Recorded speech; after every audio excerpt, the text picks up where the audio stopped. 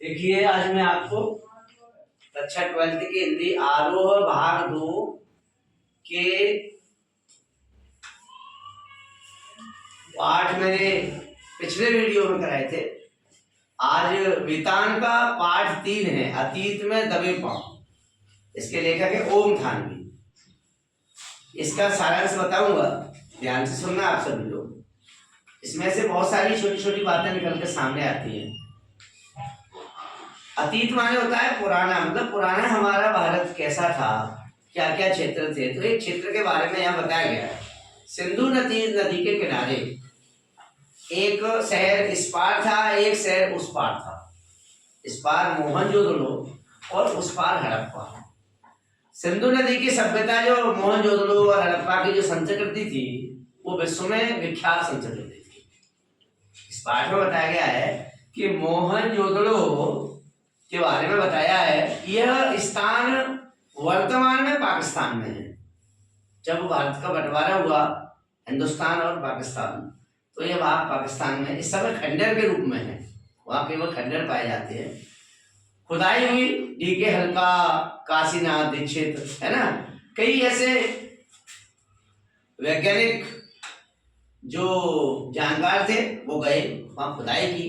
खुदाई में अनेक चीजें वहां प्राप्त हुई और क्या क्या मिला, किसकी खेती होती थी, क्या क्या था वहां, इस प्रकार की उन्होंने जानकारियां अर्जित की। उसके माध्यम से यह ओम थानवी का ये यात्रा साहित्य है। वहां गए, घूमे, देखा, उसका उन्होंने जो समझ में आया, जितना उनको समझ में आया वो उन्होंने लिख के बताया। तो उस माध्यम से हमें भी कुछ जानकारियां इस पाठ के बारे में जब हमने पढ़ा तो हमको प्राप्त हुई। यह पाठ में बताया गया है कि हड़प्पा और मोहनजोदड़ो दो महानगर थे। जब कालांतर में नदी में बाढ़ आई और दोनों महानगर बह गए, वहां खंडर रह गए। पहले वहां की संस्कृति जो थी वो बहुत श्रेष्ठ थी। वहां का रहन सहन बहुत शानदार था, आज से भी बहुत अच्छा था। मोहनजोदड़ो में जो घरों की बनावट है वो ईंट के घर हुआ करते थे। मुख्य सड़क बहुत चौड़ी होती थी। मुख्य सड़क पर कोई दुकान, कोई मकान का दरवाजा नहीं हुआ करता था। वहां ऐसे बड़े बड़े अलग अलग सेक्टर हुआ करते थे, उनमें रहते थे। लगभग 700 कुएं थे वहां।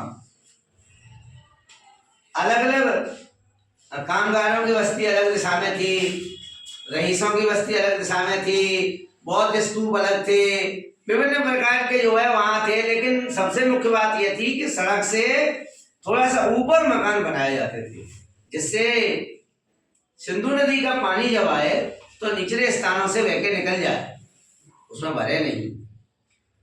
बड़ी सुंदर नियोजन शहर था। वहां सूती वस्त्र के अवशेष मिले हैं, ऐसा पता लगाते हैं। सूती वस्त्र बनते थे वहां, रंगाई के कारखाने भी थे और कपास की खेती भी होती थी। वहां ज्वार, है ना, फल में ज्वार बाजरा होते थे, फल में अंगूर होते थे। ये तो खेती में थे ज्वार बाजरा, फल में अंगूर होते थे, है ना। और कई प्रकार वहां नालियों की व्यवस्था बहुत अच्छी थी। जल निकास की दृष्टि से, जल नियोजन की दृष्टि से वह शहर बहुत श्रेष्ठ था। वहां कोई भी खुली नाली नहीं थी। मकानों से छोटी छोटी नालियां जाती थी, फिर बड़ी नाली मिलती थी, बड़ी नाली फिर और बड़ी नाली में जाकर मिलती थी। उसका पूरा पानी जाकर के सिंधु नदी में चला जाता था। लोगों का रहन सहन बहुत अच्छा था, बैलगाड़ी थी, सुनियोजित वहां मकान थे। उस समय वहां का जो रहन सहन था वो आज बड़े बड़े टॉप सिटी के जो हमारे यहाँ रहन सहन है उस प्रकार का था।